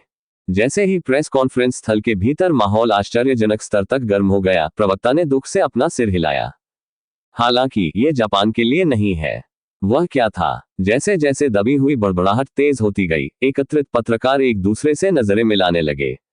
ऐसा लग रहा था कि यहां मौजूद किसी को भी इस बारे में पहले से कोई चेतावनी नहीं मिली थी, क्योंकि वे सभी अभी सावधानी से एक दूसरे की प्रतिक्रियाओं को देख रहे थे। प्रवक्ता ने अपने पीछे लगी विशाल स्क्रीन की ओर इशारा किया। अब उस स्क्रीन पर दिखाई गई छवि से पत्रकारों के मुंह बंद हो गए। अराजक माहौल एक पल में शांत हो गया और उसकी जगह मौत की खामोशी ने ले ली। और फिर जब यह भारी सन्नाटा कायम रहा तो बीच बीच में चौंका देने वाली हौंफने की आवाजें भी कभी कभी सुनी जा सकती थी। तैयार फुटेज ने वास्तव में इतना प्रभाव डाला। ये पूर्वी मैरीलैंड में आज पहले खोजे गए गेट की छवि है। गेट का आकार सामान्य नहीं था। यह जापान की तुलना में छोटा था, लेकिन फिर भी इसका विशाल पैमाने असामान्य रूप से विशाल था। गेट की रैंक हमेशा उसके आकार से मेल नहीं खाती, लेकिन फिर भी विशाल आकार वाला गेट कभी भी निम्न श्रेणी की कालकोठरी की ओर नहीं ले जाता। प्रवक्ता ने अपना स्पष्टीकरण जारी रखा। हमारी जांच टीम द्वारा लिए गए माप के अनुसार ये गेट भी एस रैंक का है, बिल्कुल वैसा ही जैसा कि जापान में दिखाई दिया है। इसके बजाय देश के शीर्ष शिकारी इस गेट को बंद करने में अपना सारा ध्यान केंद्रित करेंगे। कुछ पत्रकारों ने अपना चेहरा ढांक लिया, कुछ ने बेबसी में अपना सिर हिलाया, कुछ ने उस पल में महसूस की गई निराशा को प्रदर्शित करने के लिए दर्द भरी आहें निकाली। दो रैंक एस गेट्स के एक दूसरे के करीब उत्पन्न होने की एक अभूतपूर्व घटना घटी थी। निस्संदेह संयुक्त राज्य अमेरिका जरा भी चिंतित नहीं था। अब समय आ गया है कि दुनिया भर से जिन दर्जनों रैंक के एस हंटर्स को उसने बुलाया है, वे आगे बढ़ें और आसानी से इस गेट की देखभाल करें। समस्या जापान के साथ थी। अमेरिका के पास जापान की सहायता के लिए अतिरिक्त जनशक्ति नहीं है। जब यह भयावह समाचार अंततः जापान पहुंचा तो जापानी लोग अमेरिकियों की सहायता के लिए प्रार्थना कर रहे थे और सभी निराशा में चिल्लाने लगे। जापान खत्म हो गया। विशाल प्रकार के राक्षस दक्षिण की ओर बढ़ रहे थे क्योंकि इसने उनके रास्ते में आने वाली हर चीज को नष्ट कर दिया था। उत्तर की ओर भाग रहे लोगों को भी धीरे धीरे लेकिन निश्चित रूप से एक चट्टान पर चढ़ने के लिए मजबूर किया जा रहा था। ऐसे में कोरिया ने आखिरकार इस मामले पर अपनी चुप्पी तोड़ी और अपनी स्थिति भी स्पष्ट की। गोह गनहुई पत्रकारों के सामने खड़े हुए और बोले, हम जापान के मामलों में शामिल नहीं होंगे। प्रेस कॉन्फ्रेंस से एक दिन पहले किसी भी अन्य दिन की तरह आहजिन गिल्ड के खुले कार्यालय स्थान पर केवल दो लोगों, जिनवो और यूजिन हो का कब्जा था। बाद वाले की आंखें चमक उठी। बड़े भाई, एक रैंक बी गेट अभी उपलब्ध हुआ है। क्या मुझे इसे बुक करना चाहिए? क्या यह हंटर्स गिल्ड के अधिकार क्षेत्र में है? क्षमा करें। ओह हाँ, यह है। अपने कई विशिष्ट शिकारियों का बलिदान देने के बाद शिकारी गिल्ड अब गंभीर रूप से व्यस्त समय से गुजर रहा होगा।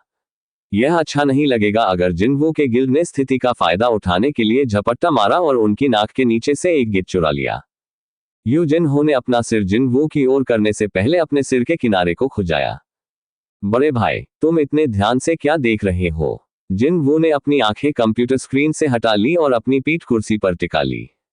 अरे जिनहो, हाँ बड़े भाई, क्या मुझे कुछ समय के लिए जापान जाना चाहिए? माफ करें। यूजिन हो की अभिव्यक्ति कठोर हो गई। निस्संदेह वह ये नहीं भूला था कि ये शब्द कौन कह रहा था। उसने बड़े भाई के अद्भुत करतबों को वहां मौजूद किसी भी अन्य व्यक्ति की तुलना में करीब से देखा था। हालांकि सामान्य ज्ञान रैंक एस गेट्स पर लागू नहीं होता। शुरुआत में ही इसे मापना असंभव था।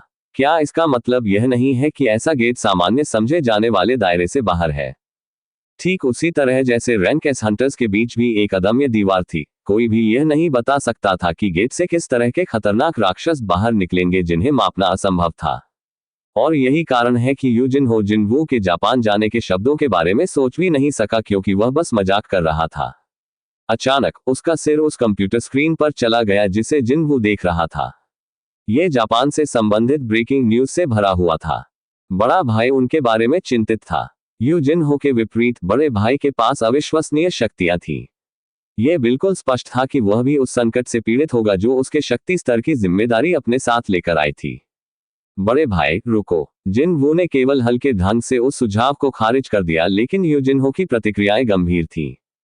यूजिनहो ने अपना स्थान खाली कर दिया और उसे लाने से पहले जल्दी से फाइल कैबिनेट से एक फोटो एल्बम निकाला। जब उसने उस मोटी किताब को खोला तो उसके पन्नों पर सभी प्रकार के अखबारों के लेख छपे हुए थे। यह क्या है? ये सभी जिनवो से संबंधित लेख थे।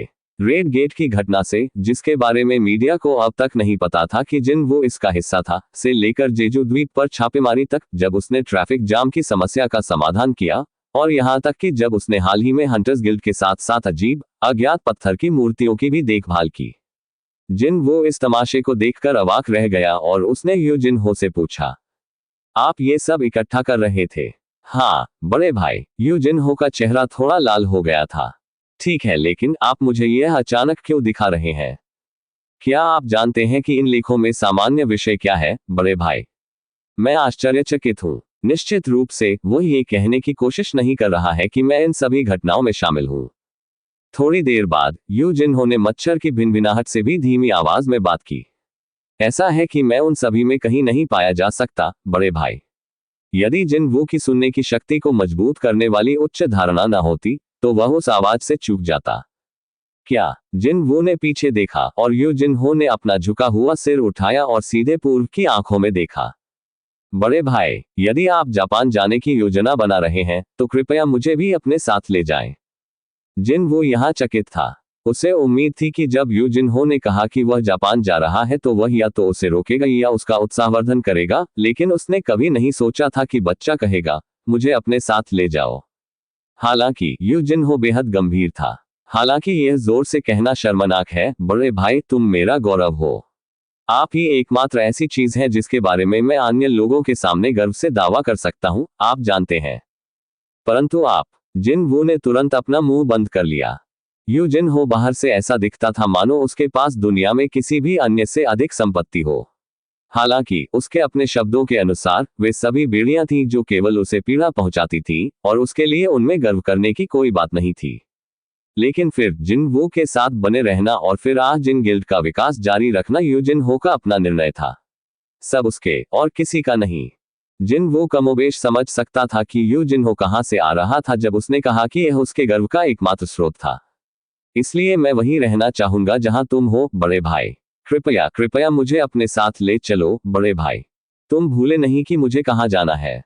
भले ही यू जिन हो एक भोला अपरिपक्व बच्चा था, उसने निश्चित रूप से सुना होगा कि जापान में क्या हो रहा था। वह स्थान वर्तमान में पृथ्वी पर एक वास्तविक नरक था। दिग्गज राक्षस कहे जाने वाले राक्षस मानव जाति का कल्पना से भी अधिक विभत्स तरीके से अन्याय कर रहे थे। फिर भी यू जिन्हो ने चेहरे पर दृढ़ भाव के साथ अपना सिर हिलाया। जब तक तुम्हें कोई चोट नहीं आती, बड़े भाई, मैं भी ठीक हो जाऊंगा। अगर आपको किसी तरह चोट लगती है, मैं उसके बारे में सोचना भी नहीं चाहता। यू जिन्हो ने पीछे मुड़कर देखा और उसकी आंखों में विश्वास की तेज रोशनी जल रही थी। किसी व्यक्ति द्वारा आप पर इस हद तक भरोसा करने से आपको जो अनुभूति होती है, उसे निश्चित रूप से किसी भी आकार या रूप में बुरा नहीं कहा जा सकता। जिन वो को यह अजीब सी गर्माहट अपने सीने में गुदगुदी महसूस हुई और उसने खुशी से यू जिन हो के बालों को सहलाया। वह घबरा गया लेकिन उसने अपना सिर नहीं हटाया। बड़े भाई, मैं तो केवल मजाक कर रहा था, तुम्हें पता है। जब समय ऐसा हो तो मैं जापान क्यों जाऊंगा। जिन वो अपनी जगह से उठ खड़ा हुआ। अरे, आज के लिए इतना ही काफी है। चलो बस घर चलते हैं। वैसे भी आपने कड़ी मेहनत की है। आप पहले से ही घर जा रहे हैं, बड़े भाई। जिन वो ने हाथ हिलाते हुए कार्यालय के दरवाजे के बाहर कदम रखा। यू जिन हो ने उसे विदा करने के लिए अपनी कमर को गहराई से झुकाया। मैं तुमसे कल मिलूंगा, बड़े भाई।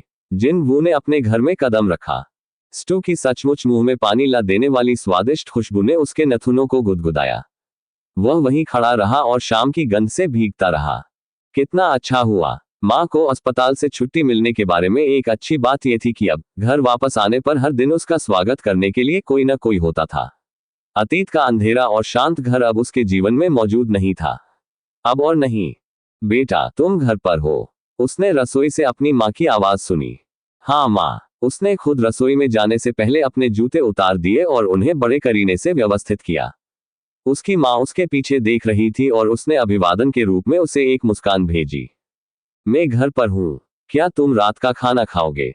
हाँ। हालांकि जिन के बारे में क्या? वह कहती है कि उसे कोई भूख नहीं है।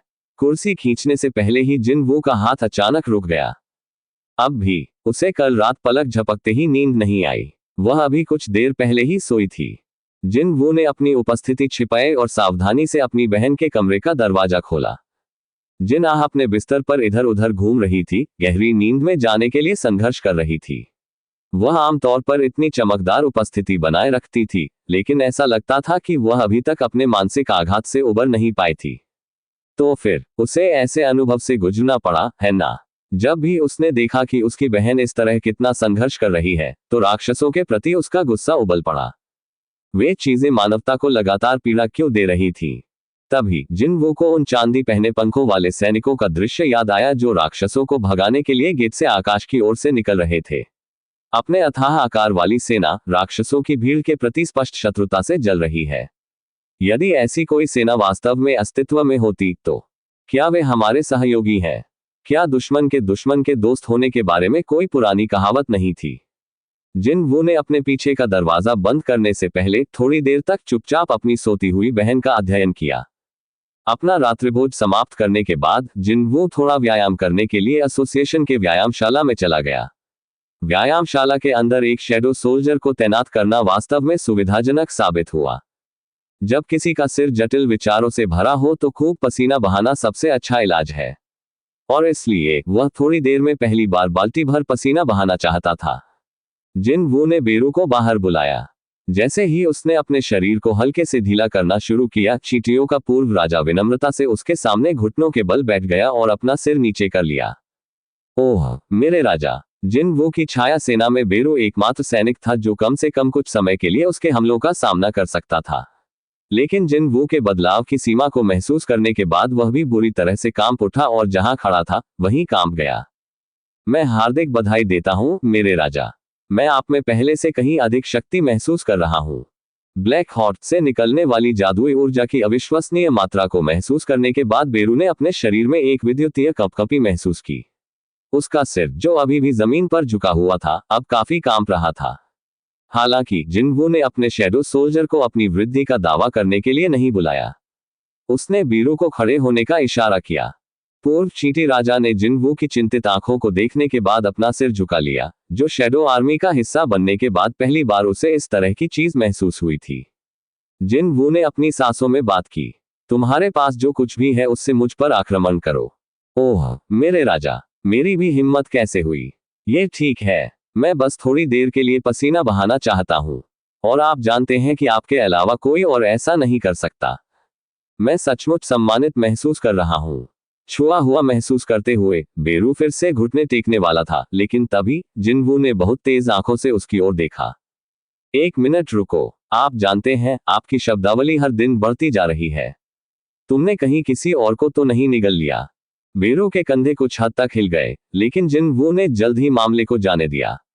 उसने अपनी मुट्ठियां भींच ली और इसके बजाय फिर से अपना आदेश जारी कर दिया। तुम्हारे पास जो कुछ भी है उससे मुझे मारना याद रखना। यदि मेरे प्रभु की यही इच्छा है तो मैं उसका पालन करूंगा। जैसे ही उसके पंजे लंबे हुए, बेरू ने अपना सिर उठाया। बेरू पर कोई बोझ नहीं था क्योंकि वह जानता था कि उसके पंजे कभी भी उसकी संप्रभु को नहीं छुएंगे।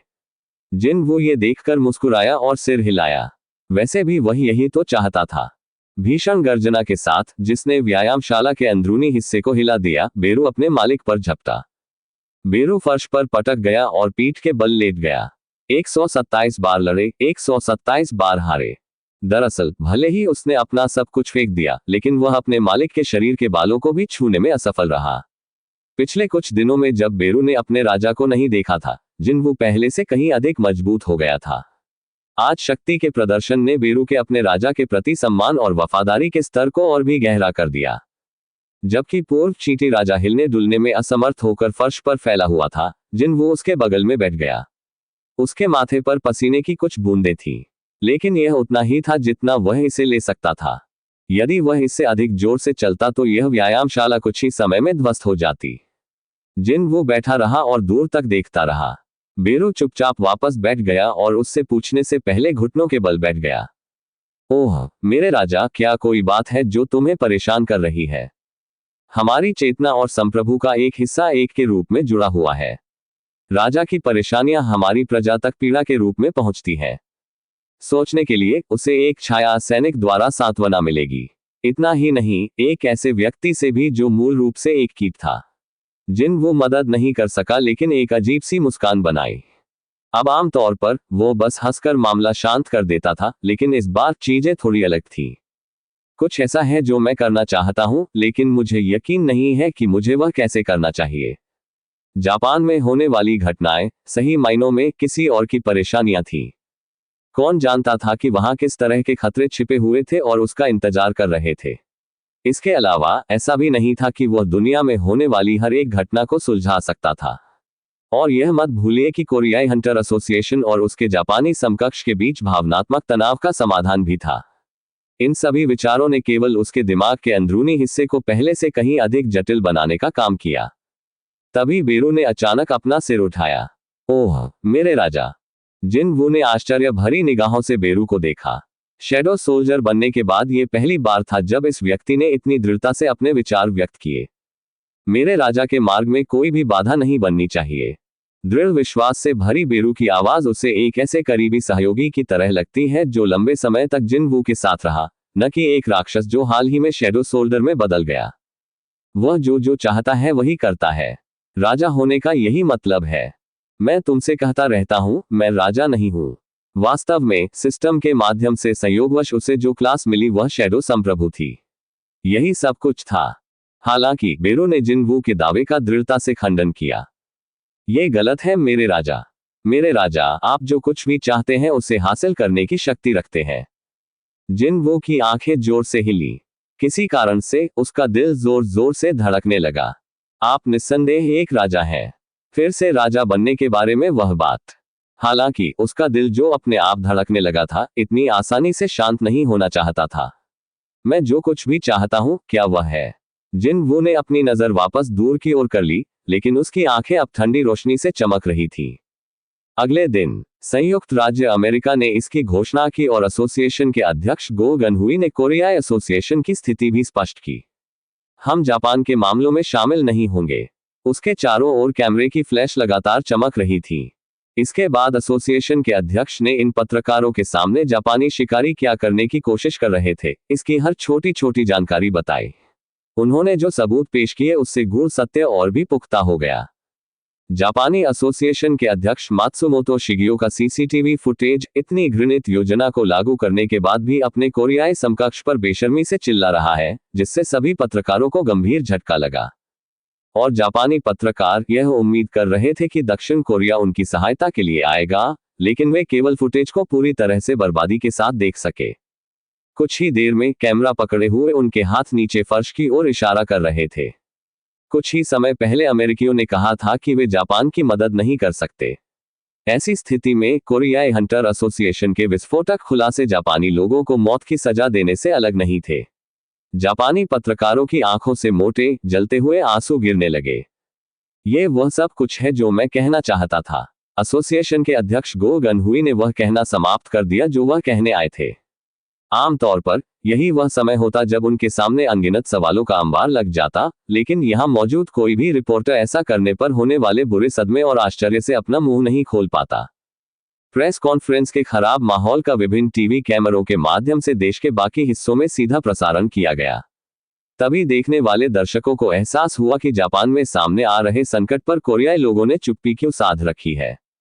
परंतु फिर गो गनहुई को ऐसा लग रहा था जैसे वह जाने के लिए घूम रहे होंगे, क्योंकि प्रेस कॉन्फ्रेंस समाप्त हो गई थी, लेकिन फिर उन्होंने बोलना जारी रखा।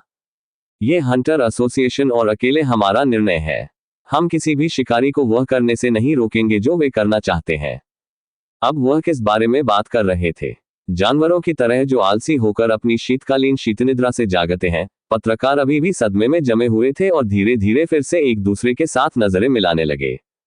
ऐसा ही एक व्यक्ति है, एक शिकारी है जो जापान जाकर विशालकाय राक्षसों से छुटकारा पाना चाहता है।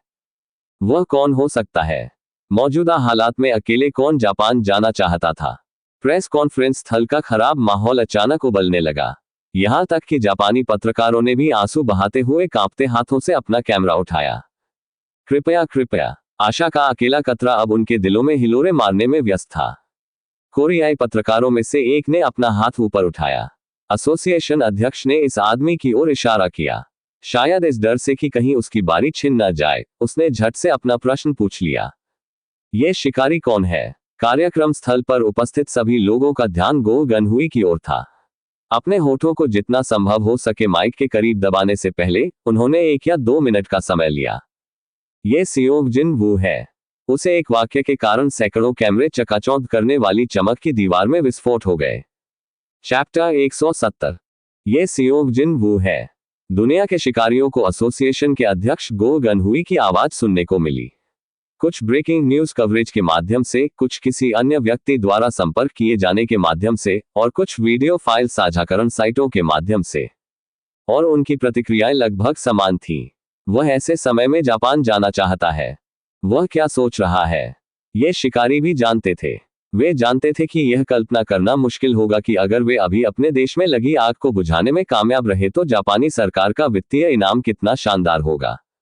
हालांकि वहां की कोई भी समझदार सरकार अपने शीर्ष क्रम के हंटर्स को इस तरह के अभूतपूर्व पैमाने के संकट में नहीं डालना चाहेगी। रैनकेस गेट के राक्षस कामिश को वश में करने से जो सबक मिला, वह प्राणी जो दुनिया में शीर्ष शिकारियों की संख्या को काफी हद तक कम करने में कामयाब रहा, उसने शिकारी समुदायों को स्वभाव से बंद और असहयोगी बना दिया था। तो मौजूदा स्थिति ये थी कि कोई चाहकर भी नहीं जा सकता था। लेकिन फिर वास्तव में कौन जाना चाहेगा, भले ही उन्हें पहली बार अनुमति दी गई हो।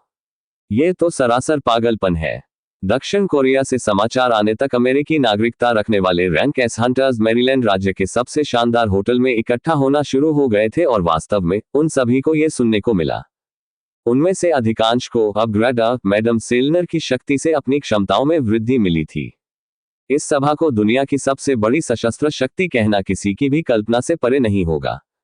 और ये वास्तव में ऐसे व्यक्तियों का जमावड़ा था कि वे एक छोटे से एशियाई देश में रहने वाले कुछ अनाम शिकारी की कहानी पर आसानी से हंस सकते थे।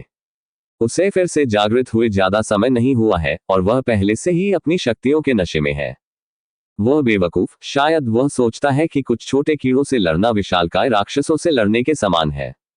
एक शिकारी जो अपनी क्षमता को अधिक महत्व देता है वह 100% मर जाएगा। कौन जानता था कि चींटियों को मारने से जो प्रसिद्धि उसे मिली वह उसकी आयु कम कर देगी। कितना दुर्भाग्यपूर्ण। इन सभी लोगों ने जेजू द्वीप में जिनवू का शानदार प्रदर्शन देखा था। सियोंग जिनवू के पास जो शक्ति थी वह निश्चित रूप से काफी मजबूत थी। हालांकि जायंट्स की दौड़ बिल्कुल अलग तरह की थी। चींटियां संख्या में अपने भारी लाभ के साथ आगे बढ़ी और यही कारण है कि अनगिनत प्राणियों को बाहर निकालने की उनकी क्षमता ने उनके खिलाफ इतना अच्छा काम किया। भले ही वह शारीरिक रूप से मजबूत था, क्या वह विशाल राक्षसों के खिलाफ अकेले लड़ने में सक्षम हो सकता था? उनमें से प्रत्येक इतना शक्तिशाली था कि रैनकेगेट्स में पाए जाने वाले सबसे कठिन कालकोठरी के मालिकों के रूप में दिखाई दे सके। इसके अलावा उस बॉस स्तर के दिग्गज राक्षस के बारे में क्या कहना जिसने यूरी ओरलोव को छीनने के लिए वास्तव में आश्चर्यजनक एजिलिटी का इस्तेमाल किया। वह हरकत किसी जंगली जानवर की याद दिलाती थी, किसी मानवीय प्राणी की नहीं। अविश्वसनीय गति और एजिलिटी रखने वाला इतना विशाल प्राणी, एक अकेला शिकारी ऐसे राक्षस को कैसे मार सकता है? ये अमेरिकी शिकारी मजाक मजाक में दांव लगाने लगे। मैंने अपनी नौक पर शर्त लगाई है कि वह एक दिन से भी कम समय में मारा जाएगा। मैंने अपनी हवेली को 2 दिन के लिए दांव पर लगा दिया है। तो ठीक है, ये तब था। क्या सचमुच ऐसा होगा? मुझे आश्चर्य है। थॉमस आंद्रे ने चुपचाप कोने में अकेले बैठकर खाना खाया, अपने बर्तन नीचे कर दिए और अपना मुंह खोला। वह अस्तित्व में मौजूद 5 विशेष प्राधिकारी रैंक शिकारियों में से एक था। कामिश अधीनता अभियान समाप्त होने के बाद भी सशक्त जागृति प्रकट होती रही, लेकिन कोई भी उन शिकारियों के स्तर को पार करने में सक्षम नहीं था जो मानव जाति के इतिहास में सबसे खराब संकट से बचने में कामयाब रहे। जब इस तरह के एक आदमी ने मुस्कुराहट बनाई तो बाकी सभी ने तुरंत अपना बेकार मजाक बंद कर दिया। मैं मेहतर गिल्ड से उसके अंत तक जीवित रहने की शर्त लगाऊंगा। उसने इत्मीनान से अपने धूप के चश्मे के नीचे से अन्य शिकारियों को स्कैन किया और रेस्तरां छोड़ दिया। उनके चले जाने के बाद भीड़ में असहज शांति छा गई। अंततः हालांकि शिकारियों में से एक ने असंतोष व्यक्त किया और इस दमघोंटू शांति को तोड़ दिया। वो आदमी तो बस माहौल खराब करना जानता है। वैसे भी ये पहली बार नहीं है जब उस सनकी ने ऐसा किया हो। उसके बारे में भूल जाना ही बेहतर है यार।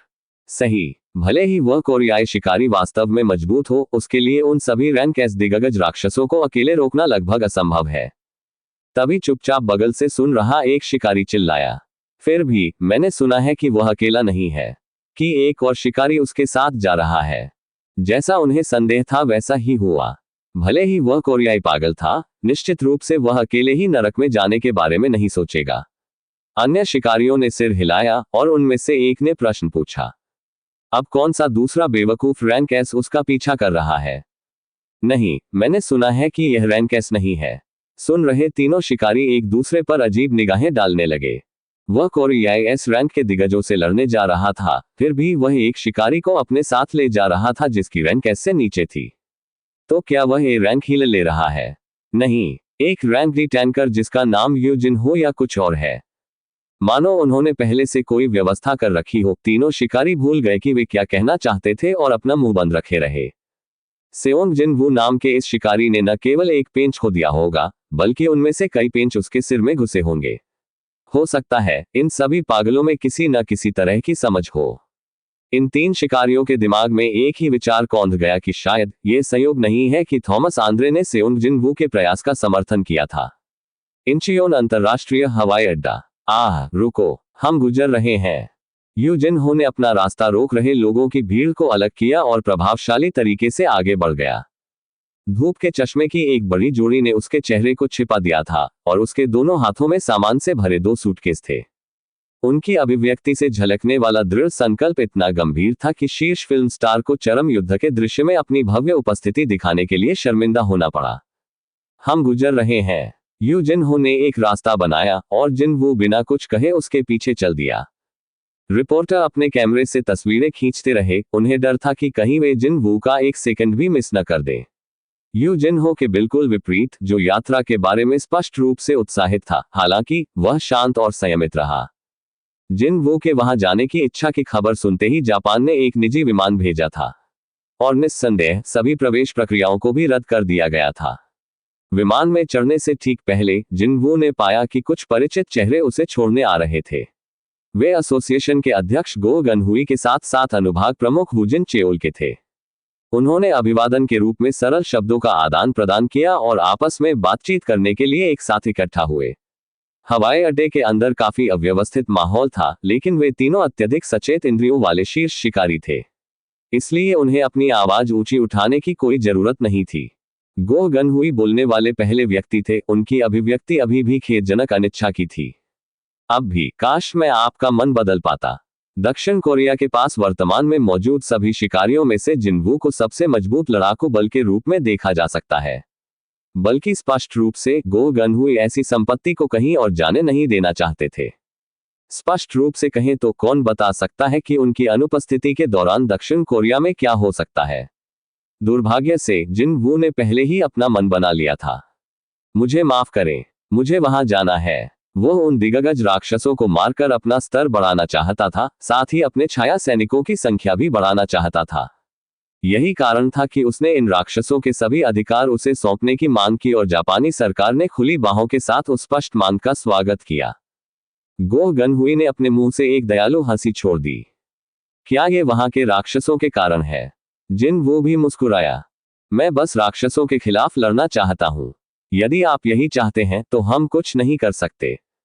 गो गनहुई ने अपना हाथ आगे बढ़ाया और जिन वू ने दृढ़ता से उस हाथ को हिला दिया। जैसे ही उनके भींचे हुए हाथ उठे और गिरे, पहले वाले ने उन्हें ईमानदारी से अलविदा कहा। मैं प्रार्थना करता हूं कि आप हमारे पास सुरक्षित और स्वस्थ वापस आए। सैकड़ों कैमरा लेंसों ने इन 2 व्यक्तियों के हाथ हिलाते हुए दृश्य को अपनी पूरी महिमा में कैद कर लिया। जिन वू के आने की खबर जापानी बचे लोगों के लिए अंधेरे के तूफान में आशा की एकमात्र किरण बन गई। वे कुछ बचे हुए टीवी स्टेशन जिन वू से संबंधित फुटेज को बार बार चलाते रहे। लोगों ने उनके करतब देखे और आशा की इस नई डोर को थामे रहे। जब भी रैंक सेंट राक्षस उनके टीवी स्क्रीन में बह गए तो उन सभी ने अपने शरीर के माध्यम से इस विद्युतीकरण झटके को महसूस किया। कई जापानी जिन्होंने कोरिया जापान संयुक्त छापेमारी अभियान के दौरान ज्यादा दिलचस्पी नहीं दिखाई थी, वे अब उस छापेमारी के पुनः प्रसारण के लिए उत्सुकता से चिपके हुए हैं। और जैसे ही यह खबर उनके कानों में पड़ी कि दिग्गज राक्षसों के दक्षिण की ओर निरंतर मार्च ने गति पकड़ ली है, उनकी हताशा और भी अधिक बढ़ गई। उन्होंने कहा कि हंटर सेओंग जिन वू जापान आ गया है। एक युवा लड़का रेडियो सुनते समय चिल्लाया। उसके आसपास के लोगों का रंग एक पल में चमक उठा। हालांकि दुर्भाग्य से हर किसी को आशा की किरण नहीं मिली थी। जो लोग उन स्थानों पर फंसे हुए थे जहां बिजली और गैस की आपूर्ति दिग्गज राक्षसों के हमलों से काट दी गई थी, वे समय पर मदद के आने के बारे में नहीं सुन पा रहे थे। इसके बजाय उनकी आशा की एकमात्र किरण बचाव दल के आगमन पर ही बची रही। पीले चेहरे वाले 2 सैनिक एक बूढ़े दंपति द्वारा संचालित एक छोटे से ग्रामीण नर्सिंग अस्पताल में दाखिल हुए। युवा सैनिकों को देखकर वृद्ध डॉक्टर और उनकी पत्नी ने राहत की सांस ली, क्योंकि वे बचाव दलों के आने के लिए प्रार्थना कर रहे थे। दुर्भाग्य से उनके लिए स्थिति उतनी अच्छी नहीं थी जितनी वे उम्मीद कर रहे थे। सिपाहियों ने असहाय होकर सिर हिलाया। हमारे पास आपके हर मरीज को ले जाने के लिए जगह नहीं है। एक धक्का में हम केवल 3-4 और को ही समायोजित कर सकते हैं। बुढ़िया ने सिपाहियों को संबोधित किया। लेकिन ऐसा नहीं हो सकता। हमारे पास 10 से अधिक मरीज हैं जो गतिशीलता संबंधी समस्याओं से पीड़ित हैं। बूढ़े डॉक्टर ने सहमति में सिर हिलाया। बावजूद इसके युवा सैनिक चिंता में अपने पैर पटकने लगे। अब उन लोगों के बारे में चिंता करने का समय नहीं है जो किसी भी क्षण मर सकते हैं। जैसा कि हम बोल रहे हैं, दिग्गज राक्षस इसी ओर बढ़ रहे हैं। युवा सैनिक, जिसका चेहरा पसीने से लथपथ था, क्रोधित हो गया और चिल्लाया। आसपास के इलाके के निवासियों को पहले ही हटा दिया गया था। यह एकमात्र जगह थी जहां इंसानों की गंध पाई जा सकती थी, इसलिए किसी विशालकाय के यहां आने में कुछ ही समय था। बूढ़े डॉक्टर ने अपना सिर ऊपर उठाने से पहले 1-2 क्षण के लिए नीचे फर्श की ओर देखा। मैं अपने मरीजों को नहीं छोड़ सकता। मैंने और मेरी पत्नी ने वादा किया है कि हम अंत तक अपने मरीजों के साथ रहेंगे। डॉक्टर की आवाज में उसका दृढ़ निश्चय झलक रहा था। दोनों युवा सैनिकों ने डॉक्टर की ओर गुस्से से देखा, लेकिन अंत में उनके पास अपनी वॉकी टॉकी उठाने के अलावा कोई विकल्प नहीं था। नागरिकों ने वहां से हटने से इनकार कर दिया है। हम इस स्थान से हट रहे हैं। वे जानबूझकर जोर से बोलते थे जैसे कि दूसरों को उनकी बात सुनने दें, और अपना संचार समाप्त करने के बाद वे तुरंत इमारत से चले गए। जल्द ही कार के जलने की आवाज सुनी जा सकती थी। बूढ़े दंपत्ति ने लंबी सांस ली और चुपचाप एक दूसरे को सांत्वना दी। लेकिन तभी जिन सैनिकों के बारे में उन्होंने सोचा था कि उन्हें छोड़ दिया गया है, उनमें से एक अचानक वापस अंदर चला गया। उसके पास एक कॉक्ड राइफल भी थी। क्या कर रहे हो? वृद्ध दंपत्ति को बहुत आश्चर्य हुआ और उन्होंने एक दूसरे को पकड़ लिया। सिपाही जोर से चिल्लाया, उसके गले की नसें उभर आईं। यदि तुम यहां रहोगे तो दिग्गज राक्षस तुम्हें चीर फाड़ कर मार डालेंगे। ऐसी भयानक मौत मरने से बेहतर है कि मैं अपने हाथों से मर जाऊं।